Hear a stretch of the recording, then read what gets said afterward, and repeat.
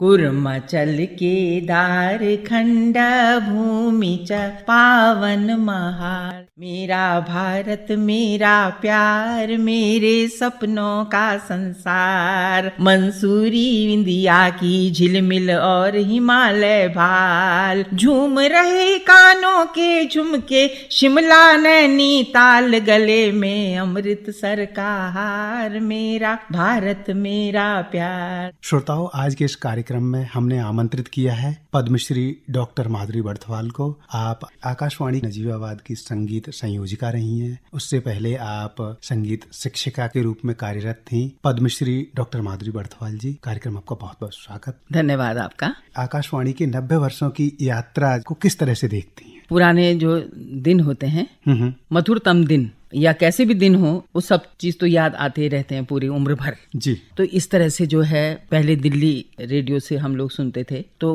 पहाड़ों पर वो सुनाई नहीं देता था, तो वो प्लेन्स में ही सुनाई देता था, ज्यादा दूर तक नहीं जाता था। लेकिन जब आकाशवाणी नजीबाबाद स्टेशन बना तो उसके बाद जो है घर घर रेडियो सुनाई देने लगा जी। और मैंने तो ये देखा कि गांव में जो है एक रेडियो रखा रहता था और चारों तरफ से सारे लोग बैठे रहते थे और सुनते रहते थे बहुत अच्छे से जी। और काम भी कर रहे हैं और अपना रेडियो भी सुन रहे हैं, क्योंकि श्रवण है ना उसकी विधा, तो वो तो बहुत ही बढ़िया है। देखने वाला हो तो फिर काम ऐसे रह जाता है। तो ये सर्वगुण संपन्न है। आकाशवाणी से आपका जुड़ाव कैसे हुआ? जी जी, वो तो ये है कि जब मैं छोटी थी तो तभी मेरे को ना गाती, मतलब पिताजी जब दुर्गा सप्तशती का पाठ करते थे तो उनके वो गा के करते थे तो मैं उनके साथ गाती रहती थी।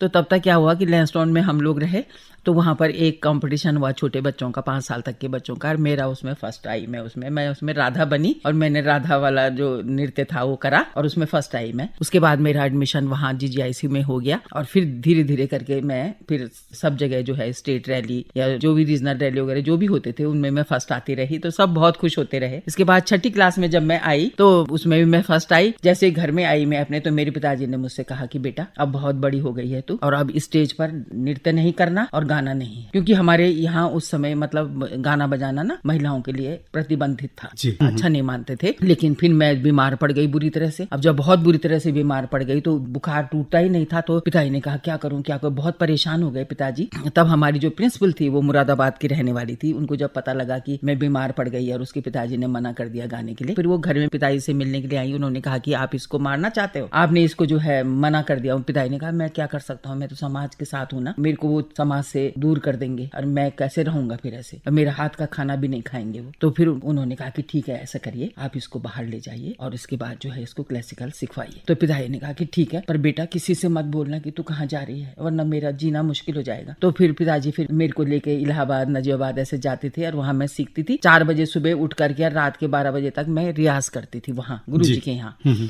और उसके बाद जब मैं समाज से छुप करके, जहाँ पांडा होता है, जहाँ सामान रखा रहता है अपने घरों में, वहां छुप करके मैं टॉर्च जला करके तब वहां पर पढ़ती भी थी और वहां पर मैं रियाज भी करती थी। और फिर स्कूल जाके स्कूल से फिर होमवर्क करना, फिर सारा काम करना। और उसके बाद जो है जब मैं 10वीं क्लास मैंने करी तो मैंने डिग्री हासिल कर ली थी। 6th ईयर मैंने क्लासिकल म्यूजिक में कर लिया था। और फिर जब अपनी स्कूल में टीचर बन के आ गई मैं, हाई स्कूल पास, तो फिर सारे समाज में पड़ा हुआ कि क्या हुआ, ये लड़की जो है साड़ी पहन के कहाँ जा रही है। तो किसी ने कहा कि ये जब मेरे को मना कर दिया था ना, जिंदा रखना था मुझे, तो फिर मुझे जो है मेरी जो गुरुजी थी सुमित्रा भूलिया जी, वो अभी भी मेरे को बहुत प्यार करती हैं, तो मेरे को मिलती हैं। उन्होंने मेरे को नाटक करवाए फिर जी। उन्होंने कहा कि तेरे में बेटा ये भी गुण है, तू ये नाटक कर, गाना मत गा, चलो कोई बात नहीं। और फिर मैं जो है जब टीचर बन के आई तो किसी ने कहा अरे साड़ी पहन रही, नाटक हो रहा होगा स्कूल में। तो किसी ने कहा कि अरे इंटर में चली गई भैया, 11th में पढ़ रही है, तो उसके जो है ड्रेस बदल गई उनकी। तब तक किसी ने बोला कि नहीं वो टीचर बन गई, मास्टरनी बन गई वो। तो उन्होंने कहा मास्टरनी ऐसे कैसे बन सकती है, हाई स्कूल करके कोई मास्टर नहीं बनता है क्या। तब उनको पता लगा कि गाना बजाना भी विषय होता है, वरना उस समय कला अध्यापक बोलते थे, किसी को पता नहीं था कि संगीत विषय क्या होता है। तब उन्होंने कहा कि बेटा हमारे बच्चों को भी पढ़ा। जो लोग मना करते थे वही बोलने लगे फिर कि बेटे हमारे बच्चों को भी पढ़ा। तो हजारों बच्चों को पढ़ाया, आज बहुत बड़े बड़े पद पर हैं वो, कितने बार मेरे को मिलते रहते हैं। अब सोशल मीडिया है तो उसमें सब मिल जाते हैं। अभी आपने कहा कि जो लोग मना करते थे तो लड़कियों को गाना बजाना नहीं सिखाना है, और बाद में वही लोग अपने बच्चों को गाना बजाना सीखने के लिए आपके पास भेजने लगे, तो मन में कैसा भाव आया? मतलब लगा ना कि समाज में कितनी तब्दीली हुई। तो ये अच्छा ही बात है, मतलब हर चीज को मैंने जो है दृढ़ संकल्पित थी मैं उसके लिए, मैं टूटी नहीं और मैंने उसको अपनाया। लक्ष्य जब हमारा सामने होता है ना और हम बिल्कुल डिगते नहीं है तो किस चीज का डर, सबसे बड़ा तो ऊपर वाला है ना। तो अगर वो रूठ गया तो सब रूठ गए, जब वो है साथ में तो फिर क्या है, फिर कोई कुछ नहीं बिगाड़ सकता। तो इसलिए मैं बिल्कुल बहुत तटस्थ थी इसके लिए और मैंने वो करा। फिर ईश्वर जो है रास्ता भी देता है, बहुत चीजें ऐसी होती है जिनको गुप्त भी रखना होता है ना। और उसके बाद जो है हमारे यहाँ जो एक प्रिंसिपल थी मुरादाबाद की थी, वो उन्होंने फिर मेरा एक फॉर्म भरा उन्होंने और मेरे को बोला कि माधुरी जरा चल इसमें सिग्नेचर कर। मैंने कहा दीदी ये क्या है? कहने लगी कि कुछ भी है, आकाशवाणी नजीबाबाद में एक पोस्ट है और तू उसके लिए अप्लाई कर इसमें सिग्नेचर। मैंने कहा जी मैं बिना पिताजी से पूछे कैसे कर सकती हूँ, मेरे को पिताजी डांटेंगे, बोलेंगे बिना पूछे तो कुछ भी कर रही है। तो इसलिए जो है उन्होंने फिर अपनी कसम दी थी मुझे, तेरे को मेरी कसम है कर इसमें, मुझे पता है तेरा सिलेक्शन होगा वहाँ। उन्होंने देखा ना कितनी मेहनती है। फिर मैंने सारा प्राइवेट करा, BA MA सब कुछ प्राइवेट करा, इंटर से सारा प्राइवेट करा मैंने। तो फिर उन्होंने कहा, फिर वो जो है अब मेरे को तो काटो तो खून नहीं है, मेरी हालत इतनी खराब हो गई ना, अब मैं पिताजी से कैसे बोलूंगी कि मैंने वहाँ अप्लाई कर दिया है। और बहुत परेशान पे तो भगवान से ही प्रार्थना कर सकती थी मैं, न माँ से बोल सकती न किसी से बोल सकती थी। फिर उसने रास्ता भी दिया, मैं अपनी बहनों को नजीबाबाद एग्जाम दिलाने ले जा रही थी म्यूजिक का, और वहां से जब हम लौट रहे थे तो पिताजी ने पढ़ा आकाशवाणी नजीबाबाद, माधुरी तेरे लिए नहीं है यहाँ कोई जगह। मैंने कहा पिताजी एक पोस्ट है यहाँ तो अप्लाई कर दे तू। और मेरी हालत खराब, मैं कैसे बोलूं कि मैंने अप्लाई कर दिया। और तब तक क्या हुआ, ट्रेन आई है, ट्रेन का सायरन बजा, बस आई गई बात हो गई। उससे आगे पिताजी ने कुछ पूछा ही नहीं, मतलब अपना आशीर्वाद दे दिया उन्होंने कि अप्लाई कर दे। और उसके बाद तब फिर मेरे को लेके जब मेरा आकाशवाणी के लिए जब मेरा इंटरव्यू और प्रैक्टिकल टेस्ट वो लखनऊ हुआ, पिताजी मेरे को लखनऊ लेके गए और तब फिर प्रैक्टिकल टेस्ट हुआ और उसके बाद जो है फिर इंटरव्यू भी उसी दिन हो गया।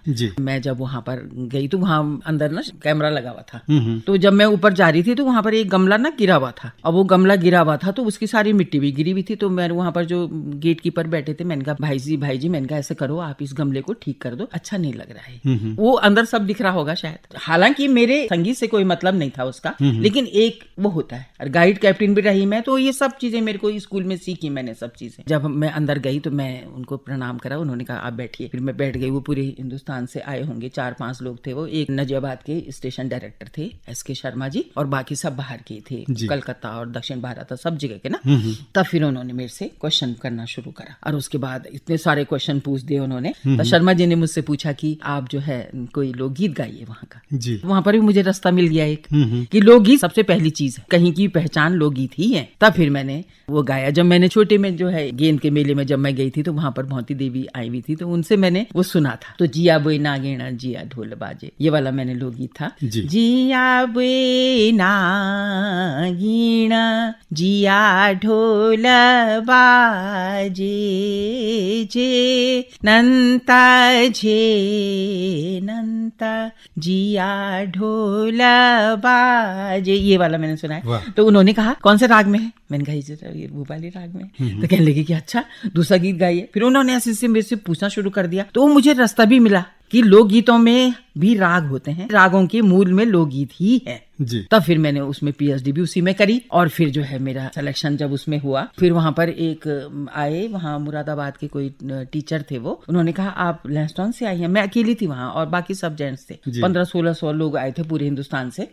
तब उन्होंने कहा कि आप, मैंने कहा हाँ जी, आपको कैसे पता? कहने लगे कि जी आपका सिलेक्शन होना है। वो जो जिन्होंने मेरा फॉर्म भरा था ना, उन्होंने बोला काहे के लिए जा रहे हो तुम, सिलेक्शन उसका होना है।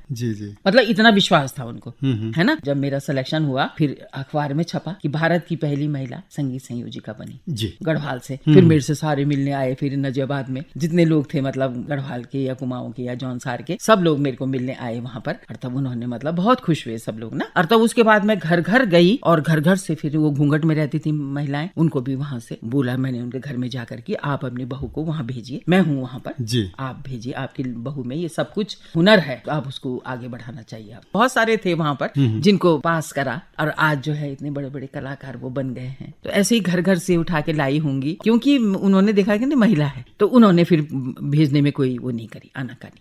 तो उन्होंने भेजा खुशी खुशी ना। और फिर गांव गांव में गई, वो भी रिकॉर्डिंग के लिए। हजारों तो किलोमीटर पैदल ही गई मैं, क्योंकि उस समय आने जाने का कोई साधन ही नहीं था। घाटियों में नहीं जाती थी आवाज, केवल ऊंचे स्थानों पर जाती थी। तो पर यह है कि लोग वहां भी घाटियों से उठ के वहां जाते थे फिर रेडियो सुनने के लिए। अभी आपने कहा कि आप भारत की पहली संगीत संयोजिका बनी आकाशवाणी की। संगीत के प्रसार एवं संरक्षण में क्या भूमिका आप देखती हैं? संगीत जो है ना बहुत पहले से बना है आकाशवाणी, और प्रसार माध्यम है है, प्रचार माध्यम है, सब चीज का माध्यम है जी। उस समय नियम भी बहुत अच्छे अच्छे थे। इस तरह से जो है मैंने खुद ये चीज देखी है कि मैं गांव-गांव में गई, वहां से उनको रिकॉर्डिंग करके आई, उनकी आवाज में ही वो संरक्षित है आकाशवाणी में जी, संग्रहालय में, जो इस दुनिया में है भी नहीं, उनकी भी आवाजें संरक्षित है। तो क्या नहीं करा, आकाशवाणी ने सब कुछ करा, महिलाओं के लिए आगे बढ़ने के लिए बहुत कुछ करा, किसी को अगर किसी चीज में अपना जीवन संरक्षित करना है वो करा, न्यूज भी सब सुनाई उन्होंने, क्या नहीं था, कृषि जगत भी उन्होंने समेटा, और ग्राम जगत हो गया, महिला जगत हो गया, फिर मनोरंजन तो था ही था जी, फिल्मी गाने में बजते थे, लेकिन स्थानीय जो थे हमारे लोक संगीत उसके लिए बहुत बड़ा काम करा रेडियो ने। अभी आपने चर्चा में कहा कुछ ऐसे कलाकार जिनको गाना आता था, बजाना आता था, लेकिन उनको ताल की जानकारी नहीं थी, और आप उनके फॉर्म फिल करवा लेती थी, बाद में ऑडिशन के द्वारा वो आकाशवाणी से जुड़ जाते थे। तो उस भाव को किस नजरिए से देखती हैं? देखिए, गुण ही सबसे बड़ी चीज। अगर कोई बहुत बढ़िया बजा रहा है तो ऐसे भी होते हैं कि जिनको सब कुछ आता है लेकिन उनका हाथ उतना सधा हुआ नहीं होता, और उनका हाथ इतना सधा हुआ था कि जैसे गाना शुरू करा और उनके हाथ से खुद ही वो ताल बज जाती थी उनके साथ से। उन्होंने वैराग्य भाव से साधना करी है, उसमें उनको पैसा भी मिला, लेकिन नाम उनको यहीं से मिला जी, रेडियो से। नाम और पहचान आकाशवाणी ने ही दी और संरक्षित भी किया उनका जो कार्य था। एक कलाकार के लिए तो बहुत बड़ी चीज है। उस जमाने में जो है रेडियो खुल गया तो फिर उनके लिए तो चमत्कार हो गया, फिर उनको आगे बढ़ने का मौका भी मिल गया। और फिर सबसे बढ़िया चीज, अरे हमारी बेटी का गाना आ रहा है, चुपो चुपो चुपो, उसका गाना आ रहा है जी, खुश होके बोल रहे थे लोग। उसी समाज में कितना परिवर्तन हुआ, जिस समाज से महिलाओं को संगीत की शिक्षा देने के लिए बहुत ज्यादा विरोध किया जाता था। हाँ। और उस समय जो है छोटी लड़कियों की शादी भी हो जाती थी, पर संगीत के लिए थी मैं समर्पित, मुझे शादी भी नहीं करनी, तो मैंने शादी भी छोटी उम्र में बिल्कुल नहीं करी। 11-12 साल की तब मेरे लिए रिश्ता आ गया था, उसमें भी अडिग रही, मेरे को करनी नहीं है संगीत को आपने साधना माना। हाँ, बस साधना, मेरे बस वैराग्य भाव से वही था मेरे साथ, और कोई नहीं था। 70 का दशक या उससे पहले की बात करें, जिस दौर में आने जाने के संसाधन बहुत सीमित थे, और कला के संरक्षण की बात करें, लोगों को पता ही नहीं था कि हम अपनी जो कला है उसको कैसे और लोगों तक पहुंचाएं। जब आपके द्वारा वो कलाकार आकाशवाणी से जुड़े और वो कला बहुत से लोगों तक पहुंची, रेडियो के माध्यम से, आकाशवाणी के माध्यम से, आपसे जानना चाहेंगे। गांव के जिन्होंने जो है कभी गर्मी तो देखी नहीं, प्लेन भी नहीं देखा कभी नहीं, और वो चमोली गढ़वाल से, और इतने दूर से नीतीमाणा से वो आ रहे हैं हमारे नजीबाबाद, एक दिन तो आने में लगता था, एक दिन जाने में लगता था, एक दिन उनकी रिकॉर्डिंग होती थी। तब क्या होता था, गर्मी में झुलस जाते थे। तब उनको कितनी बार तो ऐसा हुआ कि जब यह स्थिति बहुत वैसे रही, 3 बजे तक मैं उनकी रिकॉर्डिंग निपटा देती थी, तो 3 बजे उनको बस मिल जाती थी, तो वो गुरुद्वार से आगे तक चल जाते थे, वो वहां रह लेते थे। वो जब वो वहां से वहां तक आते थे, उनको ये भी नहीं पता था कि क्या होगा, और वो जो है ना खाना वहां से ला रहे हैं बेचारे वहां तक, और जब मैं उनसे बोलती थी कि ये गाओ, सब वो करते थे लोकगीत, तो गाया उन्होंने बहुत बढ़िया। और उसके बाद जो है जब खाना वाना खा लिया, तुमने खा रहे हो क्या, तो कह लेंगे हाँ जी लाए हैं। मैंने कहा खोलो जरा, खोला तो वहां ना वो बिल्कुल झुलस गया खाना, क्योंकि वो ठंड से आए और यहाँ गर्मी में सब खत्म। तब बेचारे ऐसे रह जाते थे, तो उनको जो है वो फिर उनको खाना भी मैंने घर से मंगवाया होगा, फिर दिया होगा उनको। तो ये कोई वो नहीं है, क्योंकि मुझे पता है ना कि कैसी जिंदगी जीते हैं वो और कहाँ तक आए वो। और यहाँ पर जो है तब उन्होंने ऐसे देखा, रोज बैठे थे, पैसे मिले हमको और ये मिले, बहुत खुश हो जाते थे, बहुत खुश। और जो है एक तो ऐसा कलाकार था कि जब उसको मैंने कहा अपना रोल नंबर बताइए, जब उनका ऑडिशन हो रहा था, जो नंबर आपको दिया हुआ है वो नंबर बोलिए, तो उन्होंने सोचा ये कहाँ से आई आवाज, और उनकी हालत खराब हो जाती थी। और एक आदमी के तो पता नहीं क्या क्या हो गया वहाँ। और तब उसको मैंने कहा डर मत, मैंने कहा मैं हूँ वहां से बोल रही हूँ, कोई नहीं है, मैंने कहा भूत नहीं है वहां। तब उनको धीरे धीरे धीरे करके उनको, क्योंकि उन्होंने देखा ही नहीं ना ऐसा, कहाँ देखा उन्होंने, राम वो तो प्रकृति की गोद में रहते हैं, उनको क्या पता कि कैसे ऐसे ऐसे महल खड़े हैं बाजार में, कभी पता ही नहीं था उनको। तो ऐसे ऐसे लोकगीत है, ऐसे ऐसे भी डर के मारे उनकी हालत खराब रहती थी। आकाशवाणी ने भारतीय संगीत को केवल मंच ही नहीं दिया, संस्कार भी दिए हैं। सुबह जो है वंदना से शुरू हुआ, सिग्नेचर ट्यून बजी, मनुष्य को जो है ना उसी समय जो है एक जैसे होती ना अंदर आत्मा से जुड़ जाता है वो चीज। तो वो चीज जब उसमें वंदे मातरम जब ये बज रहा है वहां पर, तो उसी से बहुत खुशी हो जाती थी, और ऐसे झूमने लग जाते थे। और जो बुजुर्ग थे उनका तो बस वो रेडियो ही था, सब कुछ जी, सब कुछ उनका रेडियो था, खान पान रहन सहन सब वही था। और उसके बाद जो है फिर उनके मनपसंद के गाने भी बज रहे हैं, उनके हर चीज बज रही है, तो वो तो है ही, संस्कार भी वहीं से मिले और जीने का तरीका भी वहीं से मिला। और जब उनकी भाषा में रेडियो में बात हो रही है तब तो और प्रफुल्लित हो जाते थे वो। उनका नाम आ रहा है जब चिट्ठी पढ़ते समय, ये फरमाइश है, वो ये मांगना चाह रहे हैं, तो उसे बहुत खुश कि मेरी चिट्ठी पढ़ी जा रही है। कितनी बड़ी बात होती है। अभी आपने कहा कि वो कलाकार प्रकृति की गोद में रहते थे, या आकाशवाणी केंद्र जहाँ तत्कालीन समय में स्थित थे, वहां तक आने में काफी समस्याएं होती थी। रिकॉर्डिंग के बाद जब अपनी रिकॉर्डिंग को वही कलाकार सुनते थे तो उनकी प्रतिक्रियाएं किस तरह की रहती थी? रोने लग जाते थे। ये सच बात है कि नहीं? कहीं हम कोई सपना तो नहीं देख रहे हैं? ऐसा होता था कि 20-20 किलोमीटर पैदल आते थे वो लोग, ऐसे भी जगह, वहां बर्फ पड़ी हुई है, यहाँ धूप लगी हुई है भयंकर, उनकी तो हालत खराब हो जाती थी। जब आप आकाशवाणी से जुड़ी और संगीत को आपने आगे बढ़ाने में आकाशवाणी के द्वारा योगदान देना शुरू किया, म्यूजिक कंपोजर का काम तो मैं करती ही थी, उसके साथ साथ जो है मेरे को, क्योंकि खाली बैठने की आदत नहीं थी, और सबसे बड़ी चीज ये है आदत से मजबूर थी मैं, न खाना न सोना, मेरे ये आदत थी। 4 बजे मैं उठ जाती हूँ अभी भी, और रात के 12 बजे सोती हूँ मैं, केवल 4 घंटे सोती हूँ मैं 9 बजे ऑफिस चल जाती थी और रात के 11 बजे तक मैं वहाँ रहती थी ऑफिस में। आपने म्यूजिक का कंपोजिशन किया है, किस तरह का म्यूजिक कंपोजिशन आप करते हैं? नहीं, सुगम संगीत वाले जो है ना, तो उनको सिखाया, कोई भी भजन गीत, भजन गजल जो भी है वो जिसमें पास हो रखा है, तो उसको सिखाया और फिर उसको रिकॉर्ड करा। देश गान जो वहाँ के जो कवि थे, मैंने कहा ऐसे मत बैठो और देश गान लिखो, ऐसे बढ़िया देश गान उन्होंने लिखे, उनकी धुन बनाई मैंने और फिर सबको सिखाया। और फिर ये भी है, गढ़वाली गीत भी लिखवाए मैंने, कुर्माचल के दार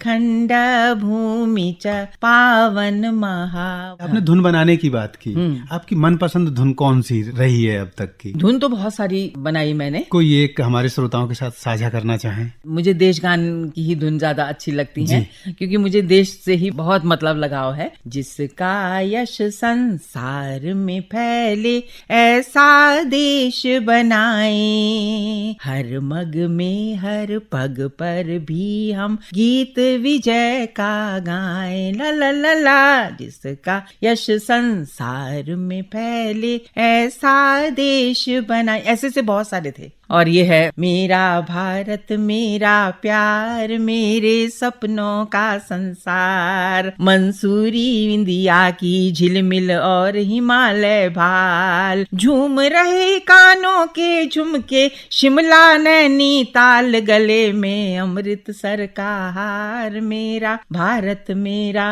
प्यार। ये अशोक नागाइच का ये गीत उन्होंने लिखा, वहां पर प्रोग्राम एग्जीक्यूटिव थे, उन्होंने भी ये गीत, उसने कहा आप इसको भी करो। तो हजारों गीतों को मैंने स्वरबद्ध किया होगा, तब उनको सिखाया होगा। तो ऐसे बहुत सारे थे। आपको याद है आपने पहला गीत कौन सा गाया? क्या हमारे श्रोताओं के साथ साझा करेंगी? मैंने अपने लिए कुछ करा नहीं, मैंने सबको आगे बढ़ाया, सबको सिखाया। पहला गीत था वो मैंने वहीं गाया था, वो लखनऊ। एक तो मांगल लोकगीत ही था, क्योंकि सबसे पहले शुरुआत मांगल से ही करी मैंने जी। तो ये था, दैना हो या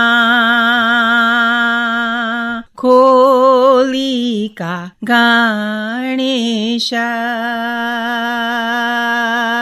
दैना हो या मोरी का नारायण।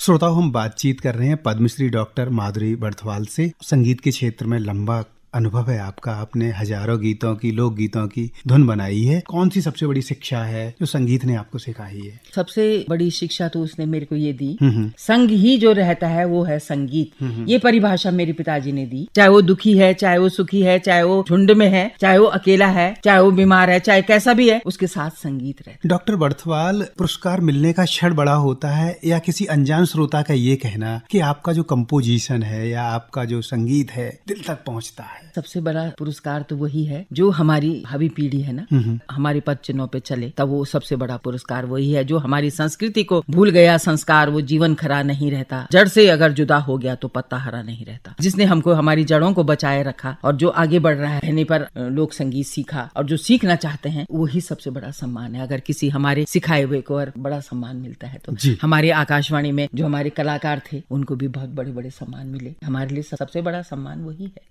आपने जब आकाशवाणी में कार्यभार ग्रहण किया था उस समय में, और जब आप सेवानिवृत्त हो रही थी उस समय, आपने क्या बदलाव देखे? देखिए, मैं तो मतलब बहुत स्ट्रिक्ट थी ना उस समय। बहुत ज्यादा स्ट्रिक्ट थी मैं, क्योंकि सब मेरे लिए बोलते थे कि बाबा बहुत ही खतरनाक है, क्योंकि मैं लोकगीत के अलावा कुछ नहीं गवाती थी उनसे। और जो जिसको लोकगीत नहीं आता था तो उनको जो है मैं सिखाती थी, और पूरे दिन अपने रात भर अपने पूरे घर में सिखाते हुए, और दूसरे दिन तब रिकॉर्डिंग करती थी मैं उनकी, तब उनको भेज देती थी मैं। जब आप आकाशवाणी में थी उनको डांटती भी थी, डांटने में भाव होता था सिखाने का, और आज वो लोग बहुत ऊंचाइयों तक पहुंच गए हैं, तो आकाशवाणी के प्रति और आपके प्रति उनका क्या भाव है? वो मिलते हैं ना जब मुझे, तो बिल्कुल नतमस्तक होके पूरी बात बताते हैं। मैं तो एक बार बहुत दिनों बाद आई देहरादून, जब देहरादून आई मैं रिटायरमेंट के बाद, तो मेरे को मिला तो हल्ला मचा, दीदी दीदी आपको याद है आपने क्या बोला था? मैंने कहा मुझे याद है ना, कह रहे दीदी आपका आशीर्वाद है बस।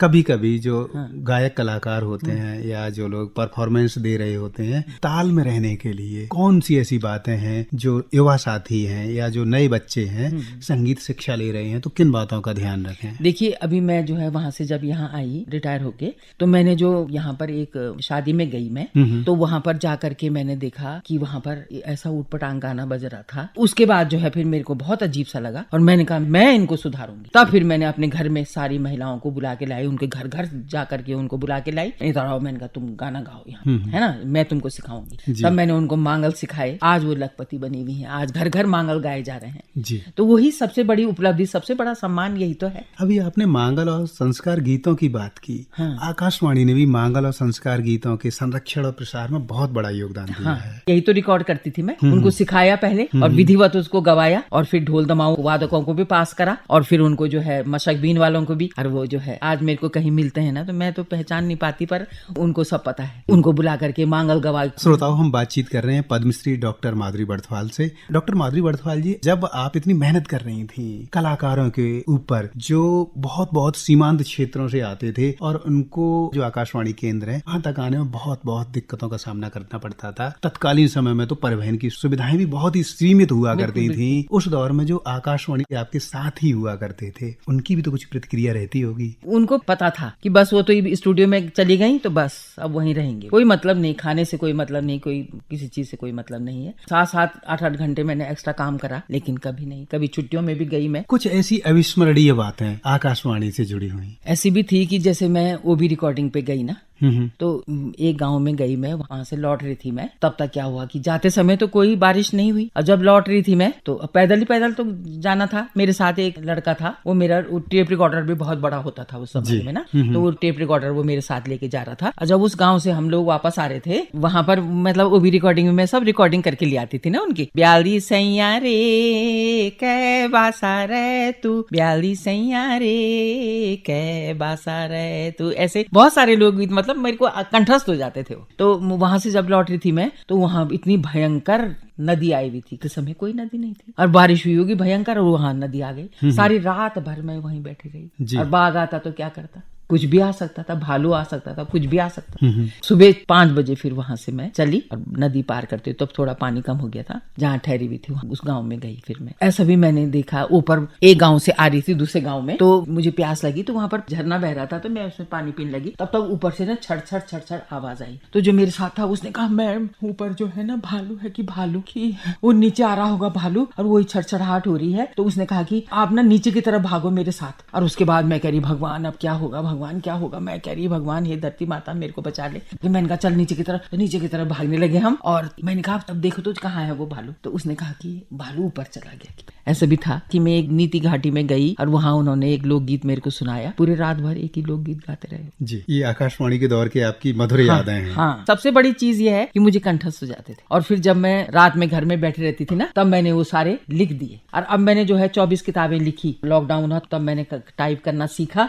जी, और उसमें मैंने 15 किताबें उस समय लिखी, और बाकी किताबें फिर मैंने लिखी, और मैंने PhD भी करी उसी सब्जेक्ट में, गढ़वाली लोकगीतों में, राग रागनियां, ये मेरा विषय था जी। और इसमें भी मेरे को बहुत बड़ा, वहाँ पर जो मेरे वाइवा लेने आए थे उन्होंने भी मेरा बहुत सम्मान करा। अगर फिर से आपको मौका मिले आकाशवाणी के लोक संगीत में क्या परिवर्तन करना चाहेंगी आप? इस समय लोक संगीत है, चलो उसको साज के साथ जोड़ करके और उसको विधिवत अच्छा भी कर सकते हैं, लेकिन उसको विकृत नहीं कर, मतलब ये एक चीज, एक ये पथ प्रदर्शक, ये ज्ञानवर्धक तो करता ही है इंसान को, लेकिन पथ प्रदर्शक भी यही है, प्रेरणा भी यहीं से मिलती है। यदि आकाशवाणी के 90 वर्षों पर आपको एक धुन रचनी हो तो वो धुन क्या होगी? धुन तो मैं सोचती हूँ ना अपने राग रागनियों में ही साझा करना चाहेंगे हमारे श्रोताओं के साथ। कोई भी गीत है जैसे उसकी धुन हम राग रागनियों पे ही बनाएंगे। लोग ही राग रागनियों के मूल में भी है। राग रागनियों से हमारा लगाव होता है तो स्वाभाविक आ जाता है। जो कोमल प्रकृति का राग है, जैसे करुण रस प्रधान है, तो उसमें कोमल प्रकृति का राग ही आ जाता है। साहिल पिला के डुबाना ही था तो तूफान से हमको बचाया न होता। ऐसे कुछ भी कर सकते हैं। आप आकाशवाणी के बारे में कुछ कहना चाहें? मैं तो कहती हूँ कि आकाशवाणी ने शुभमस्तु शुभमस्तु। अगर समय पीछे ले जाए आपको और फिर से आपको आकाशवाणी में म्यूजिक कंपोजर बनने का मौका मिले तो कौन सा बदलाव अब करना चाहेंगी आप? अब बदलाव ये करना चाहूंगी, जो हमारा लोकगीत है उसको हम जो है राग रागनियां जो हमारी हैं उनकी बंदिश भी बना सकते। तो उससे क्या होगा, सबको पता लगेगा कि अरे ये कौन सी भाषा का है भाई। संगीत आपके लिए क्या है? संगीत मेरे लिए मेरा जीवन है। जो श्रोता हमारा कार्यक्रम इस समय सुन रहे हैं उनसे क्या कहना चाहेंगी आप? संदेश ये है कि कभी डिगना नहीं, और जब हम डिगते नहीं है तो हम लक्ष्य को प्राप्त करते हैं। अगर ये माइक आज बोल पाता तो आपके लिए क्या बोलता? ये तो मेरा जीवन साथी भी है। तो मतलब क्या नहीं था, ये क्या नहीं था, सब कुछ था ये तो। कार्यक्रम के समापन में कुछ ऐसी बातें, कुछ ऐसी यादें जो हमारी चर्चा में छूट गई हो, हमारे श्रोताओं के साथ आप साझा करना चाहें? ऐसे तो हजारों बातें हैं। एक बार ये जौनसार बाबर में भी गई थी मैं, नीति ब्लॉक में जब हम गए वहां तो हमने नीचे गाड़ी रोकी तो फकीर सिंह जी मेरे साथ थे और शिवराम सिंह रावत और मैं थे उसमें। तब जो है फकीर सिंह जी ऊपर गए कि ये कौन सा गाँव है। उन्होंने कहा कि ये नीति गाँव है। तो उन्होंने कहा कि हम लोग आपके गाँव में आना चाहते हैं। उन्होंने कहा हम अपने गाँव में किसी को आने नहीं देते। अब देखो कितना बड़ा चमत्कार है रेडियो का। वो मेरे पास आए, कहने लगी कि मैम वो तो ऐसे बोल रहे हैं। मैंने कहा उनसे बोलो कि आकाशवाणी नाजियाबाद से माधुरी दीदी आई हैं। तब उनसे ऊपर गए वो, फिर उन्होंने बोला कि आप उनको जानते हैं, आशा आकाशवाणी से माधुरी दीदी आई हैं, दीदी आप आ जाओ जी। कहने लगी मेरे को दीदी आप आ जाओ। मैं फिर वहां तक गई और मैंने कहा वो शिवराम सिंह रावत जी है, उनको भगा दूं क्या मैं? तो मैंने कहा बोली दीदी उनको भी ले आओ। वो भी आ गए और मैंने कहा जो हमको यहाँ तक लाया तो हम यहीं रह जाएंगे। मैंने कहा तो फिर उसको भगा दूं क्या मैं? नहीं दीदी वो ड्राइवर को भी ले आओ। और तो गए हम और फिर तो 3-4 दिन रहे, मतलब एक रात नहीं सोए हम जी। न दिन में सोए न रात में सोए। रावत जी जो है वो स्पूल वाला जो टेप रिकॉर्डर होता था उसमें बजा रहे थे और वहीं पर सो जा रहे थे। मैं फिर रावत जी को बोलती थी फिर दोबारा लगाओ, दूसरा लगाओ। और मैं पूरी रात भर जगती रही क्योंकि उन दिनों बसंत वाले दिन थे। तो उन दिनों जो है रात भर वहां पर लोकगीत भी चलते हैं। वो सारे लोकगीत मैं रिकॉर्ड कर लेती थी ये सब चीजें। और तब फिर ऐसे करके रास्ते में बहुत कुछ, हर गांव में कुछ ना कुछ सीखने को भी मिला और फिर उनको भी ऊर्जा मिली। उनको बहुत बड़ी ऊर्जाएं मिली कि अगर मैं रेडियो नहीं सुनती अगर वो, तो उनको मेरा नाम कहाँ से पता लगता है ना। ऐसे बहुत कुछ दिया है रेडियो ने। उससे क्या हुआ, जब मैंने किताबें लिखी ना तो ईश्वर ने मेरे को इसीलिए घुमाया कि तू जो है ये सब अपने दिमाग में रख ले। वो किताबों में मैंने सारा चीज लिखा और उसमें जो दुर्लभ चीजें थी, शोधात्मक जो सामान है, वो सब कुछ मैंने किताबों में लिखा है। डॉक्टर माधुरी बड़थवाल जी, अगर आकाशवाणी एक इंसान होती तो आपके बारे में क्या कहती? जो एआई बोलेगा वही है एआई भी। मतलब ये जो है, कभी बारिश में भी भीग के जा रही हूँ, कोई मतलब नहीं है। शीत वर्षा ग्रीष्म की कोई चिंता ही नहीं थी, न खाने से मतलब न किसी चीज से मतलब ना। फिर जो है और सबसे इतना लगाव था, सबसे इतना लगाव। और महिला होने के कारण ना वहाँ की जो महिलाएं थी ना, इतना ज्यादा वो हो जाती थी, क्या बताऊँ, बहुत ज्यादा। कुमाऊं में गई, कहाँ नहीं गई मैं, हर जगह गई। पिथौरागढ़ गई, आखिरी कोने तक गई मैं वहाँ। मेरा गढ़वाल, मेरा कुमाऊं। जब आज से मेरे को बहुत याद आती थी ना अपने पहाड़ की, तब मैं आकाशवाणी ने मेरा वो इच्छा पूरी आकाशवाणी से ही हुई। मैं अपने मायके भी नहीं जा पाई, इतना काम करती थी मैं हर जहाँ जाती थी मैं सोचती थी मेरा मायका ही। फिर मेरा उनसे उतना ही लगाव होता था। 4-5 कमरे थे मेरे, तो बच्चे सब बाहर ही रहते थे, तो फिर उनको बोलती थी कि यहाँ लगा लो और यहीं सो जाओ। डॉक्टर माधुरी बड़थवाल जी, जो श्रोता संगीत सीखना चाहते हैं तो आकाशवाणी के जो लोक संगीत के कार्यक्रम है या संगीत के कार्यक्रम है, किस तरह से उनके लिए उपयोगी साबित हो सकते हैं? वो ये है कि जो लोक संगीत है उसको विधिवत जो है रिकॉर्डिंग तो होती ही है यहाँ पर, अच्छी होती है। गीत रचना है, रचना तो जो है रचनाकार की हो गई, वो लोकगीत नहीं बन सकती। लोकगीत तो वो है जो आम समाज ने बनाई, वो मेरा करके नहीं होता, वो हमारा करके होता है। सब सामूहिक रूप से होती है और वो हजारों साल पुराने होते हैं और वो वाचिक परंपरा उनकी रही है, मौखिक परंपरा।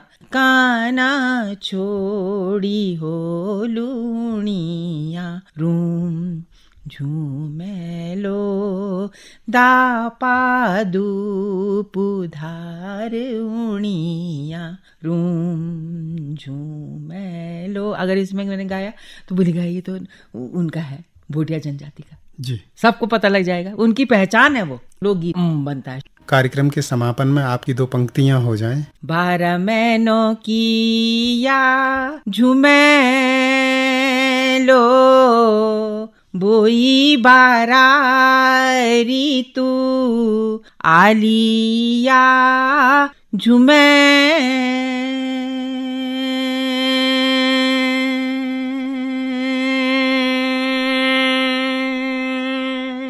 पद्मश्री डॉक्टर माधुरी बड़थवाल जी, आज आप हमारे कार्यक्रम में शामिल हुई हैं और हमारे श्रोताओं को आपने अपने जीवन की जो संगीत साधना है और आकाशवाणी में जो सेवा की आपने, उससे जुड़ी हुई तमाम बातें, तमाम यादें हमारे साथ साझा की। इसके लिए आपका बहुत बहुत धन्यवाद।